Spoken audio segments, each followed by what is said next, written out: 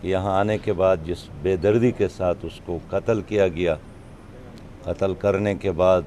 ان کے لاش کے ساتھ انہوں نے جشن منائی قاتلوں نے، اور ایک ایسے فرد کو انہوں نے شہید کیا کہ جس کے نہ ہونے سے سندھ کو بھی نقصان ہوا، پاکستان کو بھی نقصان ہوا۔ آج دائیں بائیں ان کے بھائی کھڑے ہیں، ان کے یتیم بچوں سے ملاقات ہو گئی،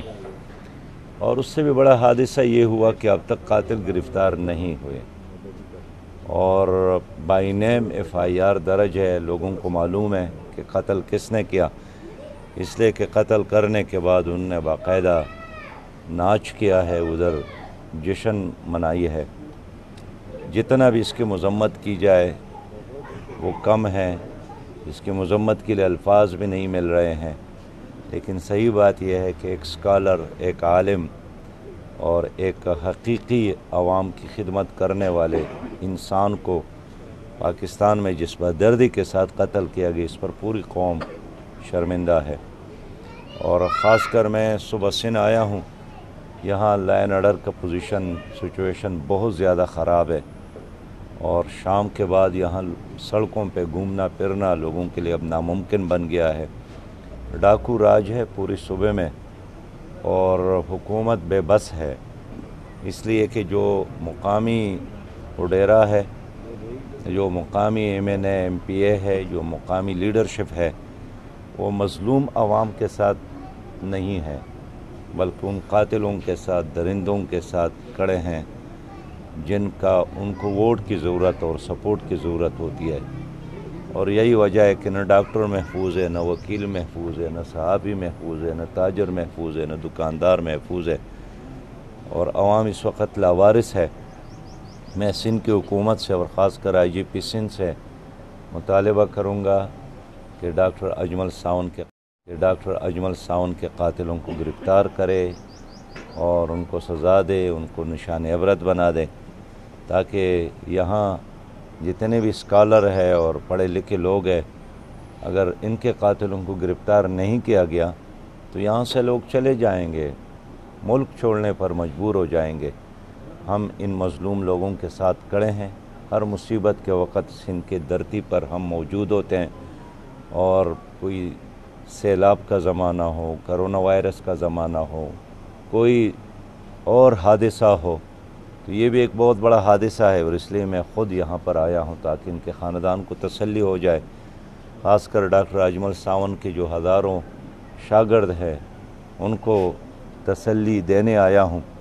ان کو نوکری کے لیے آفر آئی تھی امریکہ سے بھی، فرانس سے بھی، لیکن انہوں نے اچھی تنخواہوں کو چھوڑ کر یہاں ایک فقر اور خدمت کی زندگی اختیار کی، اس پر ہم ان کی خدمات کو خراج تحسین پیش کرتے ہیں۔ اچھا سر، جس طرح جو ہے وہ پارلیمنٹ اور عدلیہ پہلی مرتبہ آمنے سامنے ہو گئے ہیں، کیا سمجھ رہے ہیں کہ ایمرجنسی یا تیسری قوت کوئی فائدہ اٹھا سکتی ہے حالات سے؟ ماضی میں تو یہی دیکھنے میں آیا ہے کہ جب بھی سیاسی لیڈر آپس میں بات نہیں کرتے ہیں، اس کا نتیجہ یہی نکلتا ہے کہ سیاست اور جمہوریت رسخت ہو جاتی ہے۔ اور اب بھی سیاسی پارٹیوں کو ہمارا مشورہ یہی ہے کہ ہمیں ڈائیلاگ کرنا چاہیے، اور ڈائیلاگ اس پر کہ پاکستان میں ایک شفاف پرامن الیکشن کیسے یقینی بنایا جائے، اس لیے کہ اب تو یہ ادارے فیل ہو گئی ہے، حکومتیں فیل ہو گئی ہیں، اور ایک طرف مہنگائی اور بے روزگاری کی وجہ سے لوگ سانس لینے میں دقت محسوس کرتے ہیں، مشکلات ہیں،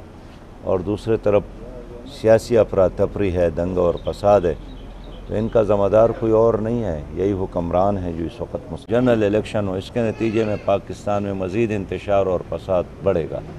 تو ایک ملک ہے، ایک یونیفارم طریقے سے ایک الیکشن ہو، اور اس لیے ہم نے تجویز دی ہے کہ مرکزی حکومت اور چاروں صوبوں میں نگران حکومت قائم ہو جائیں، اور اس کے بعد ایک شفاف الیکشن پر تمام سٹیک ہولڈر اتفاق کریں۔ دیکھیے، اب ہم پہلے سے سب کے ساتھ رابطے میں، صرف PDM اور PTI نہیں ہیں، اور بھی بہت سارے سٹیک ہولڈرز ہیں، اور سب کو ہم نے یہی تجویز دی ہے کہ ڈائیلاگ، اور اس کے بعد بھی ڈائیلاگ، اور اس کے بعد بھی ڈائیلاگ۔ اگر آپ لوگوں نے یہ راستہ نہیں اپنایا تو 70 میں بھی ہوا، 77 میں بھی یہی ہوا، پھر 97 میں بھی یہی ہوا، پیپلز پارٹی اور مسلم لیگ آپس میں لڑتے رہے اور درمیان میں پھر پرویز مشرف کو موقع مل گیا۔ تو اس لیے اگر آپ نے ملک بچانا ہے تو پھر ڈائلاگ ہی کرنا ہوگا۔ تو اصل میں تکلیف سیاسی لیڈروں کو نہیں ہے، وہ تو اشرافیہ ہے، خوشحال لوگ ہے، 5 اسٹار لائف ہے، ہر فیسلٹیز ان کو مل رہی ہے، میڈیا بھی حاضر ہے، ان کے ہر لفظ کے بارے میں صحافی ہر وقت حاضر باش رہتے ہیں۔ مسئلہ غریب عوام کا ہے، عام لوگوں کا ہے۔ ابھی میں سندھ آیا ہوں، یہاں جتنی غربت ہے اور بے دمنی ہے، اور پھر سیلاب سے جو لوگ متاثر ہو گئے، میں نے معلومات کہ ایک آدمی کو بھی اب تک کوئی گھر کے لیے پیسہ نہیں ملا، تو عام آدمی متاثر ہو رہا ہے، اس لیے کہ سیاستدان کی ایشوز کچھ اور ہوتے ہیں، غریب آدمی کا ایشو کچھ اور ہے، جس پر سپریم کورٹ کے چیف جسٹس نے خود نوٹس لیا ہے، جس کا تعلق کسی ایک آدمی، خاندان یا پارٹی یا ایک شہر سے نہیں ہے، بلکہ 23 کروڑ عوام کے ساتھ ہے۔ اس لیے ان پر ایک فل کورٹ بنایا جائے جس پر سب کا اعتماد ہو، اور اگر یہ فیصلے جو ابھی چیف جسٹس نے مزید 2 ججز کے کیے ہیں، اگر یہی فیصلہ فل کورٹ کی طرف سے آتا، ساری قوم ان کے ساتھ کھڑی ہوتی، لیکن وہ یہ نہیں کر سکے اور سپریم کورٹ کو بھی آزمائش میں ڈالا اور ملک کو بھی۔ امیر صاحب یہ بتائے گا، کراچی میں جو بلدیاتی الیکشن ہوئے ہیں، آپ آگے چل کے کس کے اتحادی ہو سکتے ہیں، پاکستان پیپلز پارٹی کے یا پی ٹی آئی کے؟ دیکھیں اس وقت تو 7 مئی کو الیکشن ہوں گے 11 حلقوں میں، اور اس کے علاوہ بہت سارے ایسے مقامات ہیں جہاں کا رزلٹ کلیئر نہیں ہے، تو ہمارا ڈیمانڈ تو یہی ہے کہ جماعت اسلامی پر لوگوں نے اعتماد کیا ہے، اس لیے اس اعتماد کو، اس مینڈیٹ کو قبول کیا جائے، اور کراچی میں ہم چاہتے ہیں کہ عوام کے فیصلے کے مطابق وہاں جماعت اسلامی کو خدمت کا موقع دیا جائے۔ اس طرح گوادر کے لوگوں نے بھی جماعت اسلامی پر، ہمارے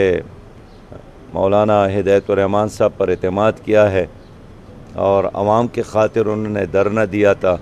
اب اس کو جیل میں ڈالا ہے، ایک جعلی مقدمہ اس پر انہوں نے قائم کیا ہے، باقی سارے لوگوں کی ضمانتیں ہو گئی، صرف ہدایت الرحمان صاحب کو گزشتہ 95 دنوں سے انہوں نے جیل میں ڈالا ہے، جو ہر لحاظ سے قابل افسوس ہے۔ ہم نے ابھی سپریم کورٹ میں اپیل کی ہے، امید ہے سپریم کورٹ ہمیں انصاف دے گا، لیکن میں مرکزی اور صوبائی حکومت کو یہی پیغام دینا چاہتا ہوں کہ ہدایت الرحمان صاحب ایک فرد کا نام نہیں ہے، وہ جماعت اسلامی کا ذمہ دار آدمی ہے،